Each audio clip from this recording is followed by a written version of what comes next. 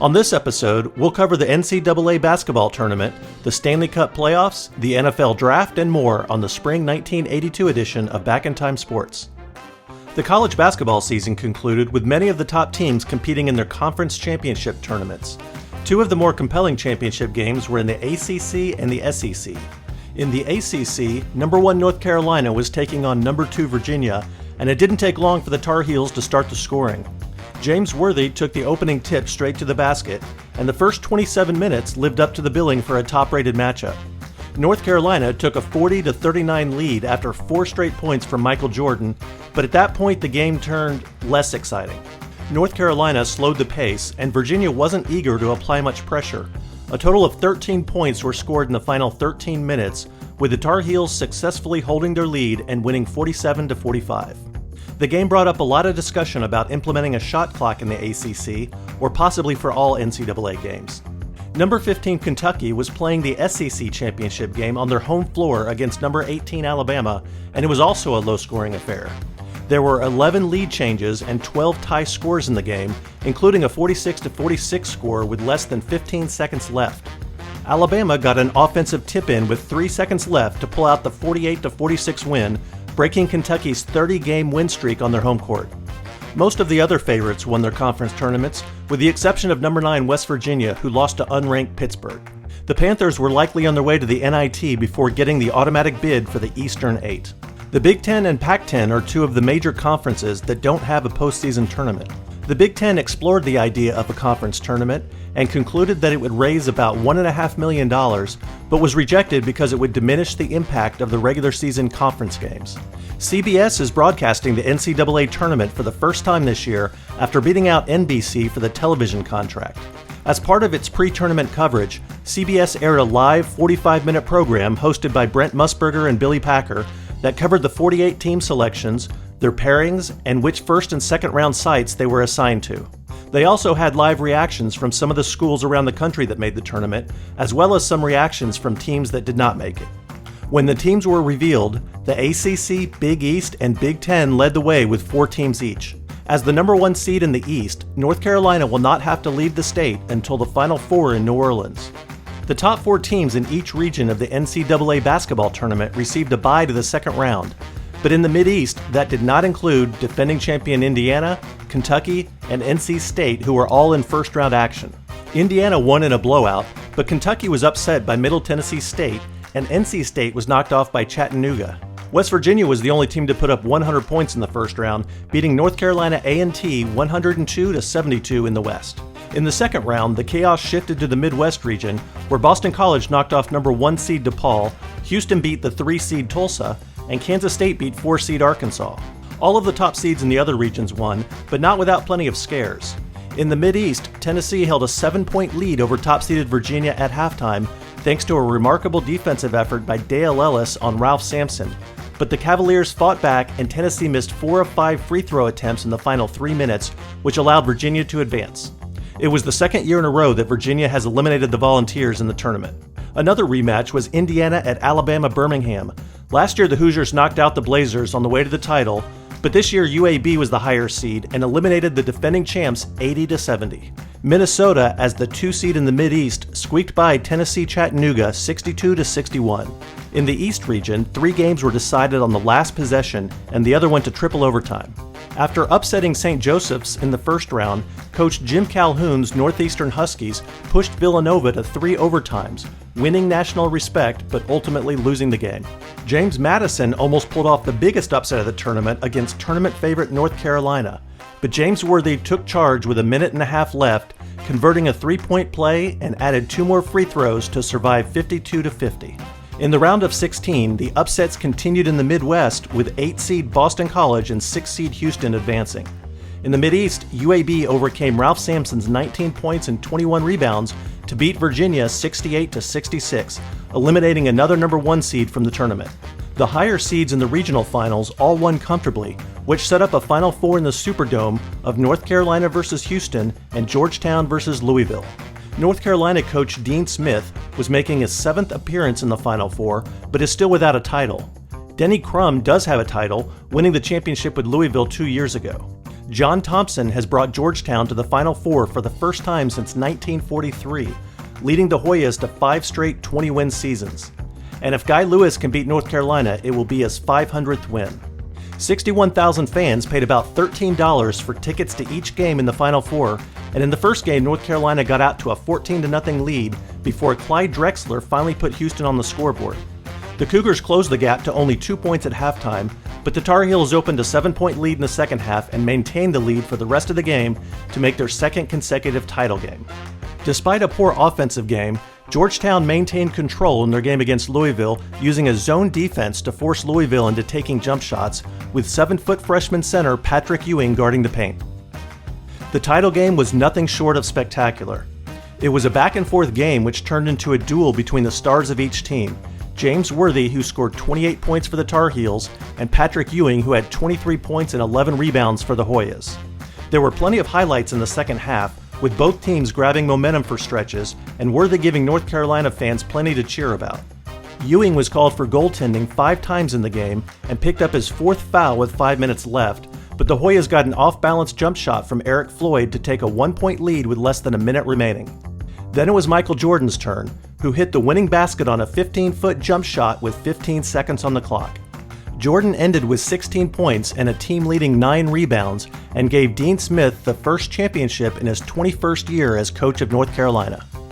There were plenty of notable NBA games in the second half of the season, with the headline matchup being the Lakers versus Celtics. The teams met twice in February, with Magic Johnson sidelined with an injury for the first game in Boston. In the second quarter, Larry Bird rebounded a missed free throw and flung the ball down court, which went in. Unfortunately for the Celtics, the basket didn't count since it was only the first of 2 free throws. Michael Cooper filled in more than adequately for Johnson, frustrating Bird on defense and scoring a career-high 31 points. Kareem Abdul-Jabbar added a season-high 35 points on 16 of 20 field goals, but the Celtics still held a 12-point lead late in the third quarter when Pat Riley sent Mark Landsberger into the game. Landsberger hadn't played at all in 3 of the Lakers' last 4 games, but after 14 minutes in this game, he left the floor with the Lakers leading by 5 points on their way to a 119-113 win. In the rematch a week later in Los Angeles, the Celtics got their revenge. Magic Johnson was back from injury and during the final few minutes scored 5 straight points to pull the Lakers within 1. But Larry Bird was fouled driving the lane, threw the ball up, and got the basket plus the foul shot. The Lakers thought Bird traveled and was fouled before the shot went up, but the Celtics got the call and prevailed 108-103. On March 6th, San Antonio beat Milwaukee 171-166 in 3 overtimes in a game that set the record for the most points scored. Neither team held more than a 6-point lead at any time during the game, and the leading scorers for each team combined for almost 100 points, 50 points for George Gervin and 42 for Brian Winters. The total of 337 points broke the previous record of 316, which was set in 1962 when Philadelphia beat New York 169-147, which also happens to be the game where Wilt Chamberlain had 100 points by himself. Going into the last week of the NBA season, 6 playoff spots were taken and 6 were up for grabs. The closest race was in the Western Conference, where San Antonio, Houston, and Denver were all in contention for the division title and the second overall seed in the West. In the end, the Spurs clinched the division, which was their 4th division title in 6 years since moving from the ABA to the NBA. On the final day of the season, the Rockets, Nuggets, Suns, and Warriors were all still fighting for the final 3 playoff spots in the West. Last year, Golden State was eliminated by losing their final game of the season, and history repeated itself when Golden State was eliminated after a home loss to Seattle 95-94. The other 3 teams finished with identical records, but with the tiebreak rules, the Nuggets were the 4 seed, the Suns the 5 seed, and the Rockets were the 6 seed, which may not be a bad thing for Houston since they made the NBA Finals last year as a 6 seed.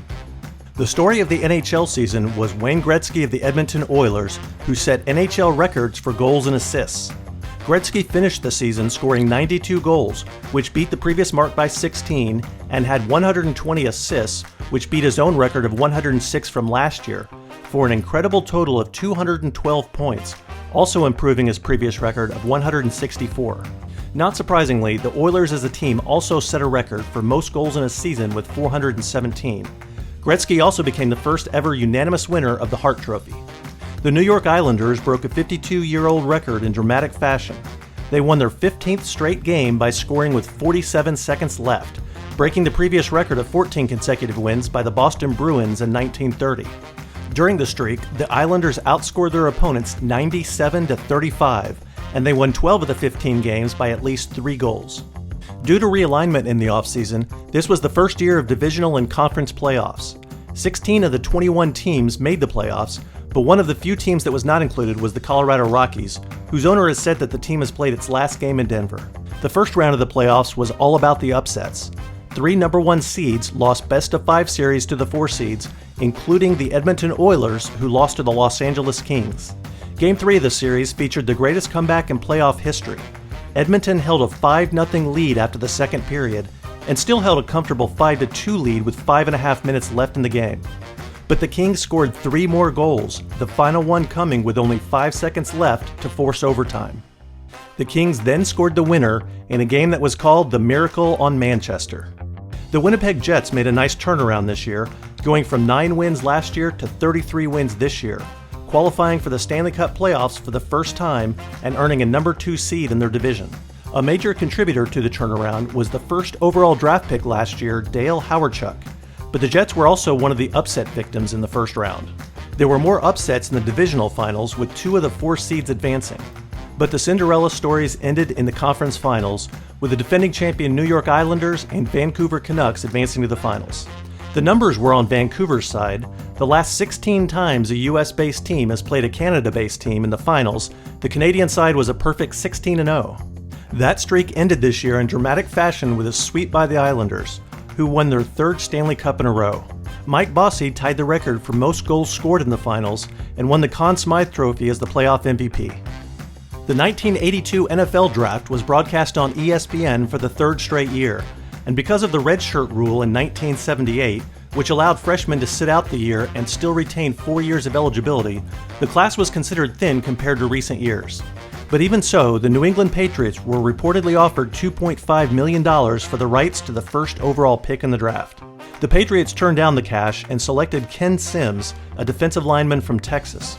The first 2 quarterbacks went off the board with the 4th and 5th picks: Art Schlichter of Ohio State to Baltimore and Jim McMahon of BYU to Chicago. 3 running backs were taken in the first 10 picks: Darren Nelson by Minnesota, Gerald Riggs by Atlanta, and Heisman Trophy winner Marcus Allen by Oakland. The only offensive lineman taken in the top 10 was guard Mike Munchak, an All-American guard out of Penn State who was taken by the Houston Oilers with the 8th pick. There were 2 kickers drafted, Morton Anderson in the 4th round and Gary Anderson in the 7th round, and 2nd round pick Ron Stark was the top punter drafted. There were quite a few trades made during the draft, with Greg Pruitt and Lyle Alzado the most notable players on the move, both going to the Raiders. Many teams were trying to accumulate picks for next year, which is already being referred to as a super draft. The San Diego Chargers didn't make a pick until the 7th round, already having traded away their first 6 picks. Recently, special camps have been held prior to the draft to appraise the top college prospects. There were 3 of these scouting combines this year: United, Blesto, and a group made up of Dallas, Seattle, San Francisco, and Buffalo. United is composed of 16 NFL teams and held its camp in Tampa, Florida. At that camp, about 150 prospects went through various drills and exercises, and some teams had certain players re-examined by medical specialists. Among the major conferences in college football, the Pac-10 led the way with 34 selections. The Big Ten had 32, and the Southwest Conference had 29. The school contributing the most draft picks was the Texas Longhorns with 12, followed by Penn State with 10, Michigan and Arizona State with 7 each, and the national champion Clemson Tigers with 6. There are 4 new members of the NFL Hall of Fame. Doug Atkins, Sam Huff, George Musso, and Merlin Olsen will all be inducted in August. With the selections of Atkins and Musso, 20 of the 114 members now played the majority of their careers with the Chicago Bears. Musso won 4 NFL championships with the Bears and also had the distinction of playing against 2 future U.S. presidents. While in college at Millikan, he played against Ronald Reagan, who was playing at Eureka. Both were playing on the line of scrimmage, although Musso outweighed Reagan by about 100 pounds. Not surprisingly, Millikan won the game 45-6. While with the Bears, he also played against Gerald Ford, who was the center on a college all-star team. Musso's team won this one as well, but at a much closer score of 5-0. Merlin Olsen is the second member of the Los Angeles Rams' fearsome foursome to make the Hall of Fame, joining Deacon Jones, who was enshrined 2 years ago. He was the 1962 Rookie of the Year and 1964 Player of the Year and played in the Pro Bowl in all but 1 year of his career. He is currently the star of Father Murphy, a television show on NBC, as well as a color analyst for NFL games on NBC. The 1982 Tournament Players Championship was played on a new course at the Sawgrass Country Club for the first time in March. The Players Championship has the largest purse on the PGA Tour, with the winner receiving $90,000. Jack Nicklaus, Arnold Palmer, Gary Player, and Lee Trevino all missed the cut on the challenging new course. In the final round, Jerry Pate started 3 strokes behind the leaders, but shot a 5-under 67 to win the tournament in front of an estimated 30,000 fans in attendance. After he won, he made waves by pushing PGA Commissioner Dean Beeman and course designer Pete Dye into the lake next to the 18th green before jumping in himself. 3 weeks after the Players' Championship, the 46th Masters took place at Augusta National Golf Club. After the first round, a familiar name was at the top of the leaderboard. 5-time winner Jack Nicklaus was the only player to shoot under par and led the field by 3 strokes. The second round was a different story. Nicklaus shot a 77 and fell back to a tie for 4th place with the winners of the previous 2 years, Seve Ballesteros and Tom Watson. During the final round, Stadler was leading by 6 strokes with 7 holes left, but bogeyed 4, including the last hole, where he needed 3 putts from 20 feet away. Don Pohl surged up the leaderboard to pull into a tie with Stadler and force a sudden death playoff. In the playoff, it was Pohl who missed a 6-foot putt, which gave the win to Stadler, his first major championship.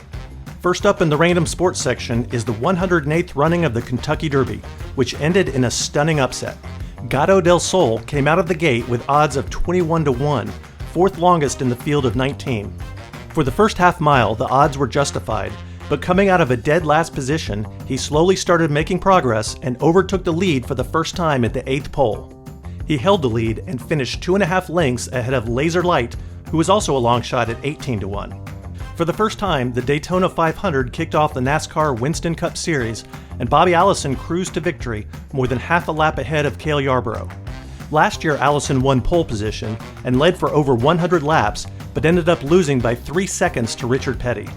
This year, Allison's rear bumper came off early in the race, which ended up making his car consistently faster than the competition. There were intuitions that the bumper was rigged to come off, but Allison's team denied the accusations. After being sold for $7 million a year and a half ago, the Colorado Rockies of the NHL were sold again, this time for $9 million to a group led by John McMullen, who is also principal owner of the Houston Astros. McMullen's group has already received permission to move the team from Denver to New Jersey's Meadowland Arena for a transfer fee of $7 million. The NFL signed a new television contract, a very large television contract of $2 billion for the next 5 years. It was worth more than twice as much annually as the previous contract, which was $650 million for 4 years. There was one caveat: the NFL gave up the right to experiment with cable TV, which was a clause included in the previous deal. CBS will still broadcast NFC games, NBC still has AFC games, and ABC will still have the primetime lineup, but ABC got a little extra, now being included in the Super Bowl rotation with their first in 1985. That's all for spring 1982. Looking ahead to the next episode, we'll cover the NBA playoffs, the World Cup, Wimbledon, and plenty more on the summer 1982 edition of Back in Time Sports.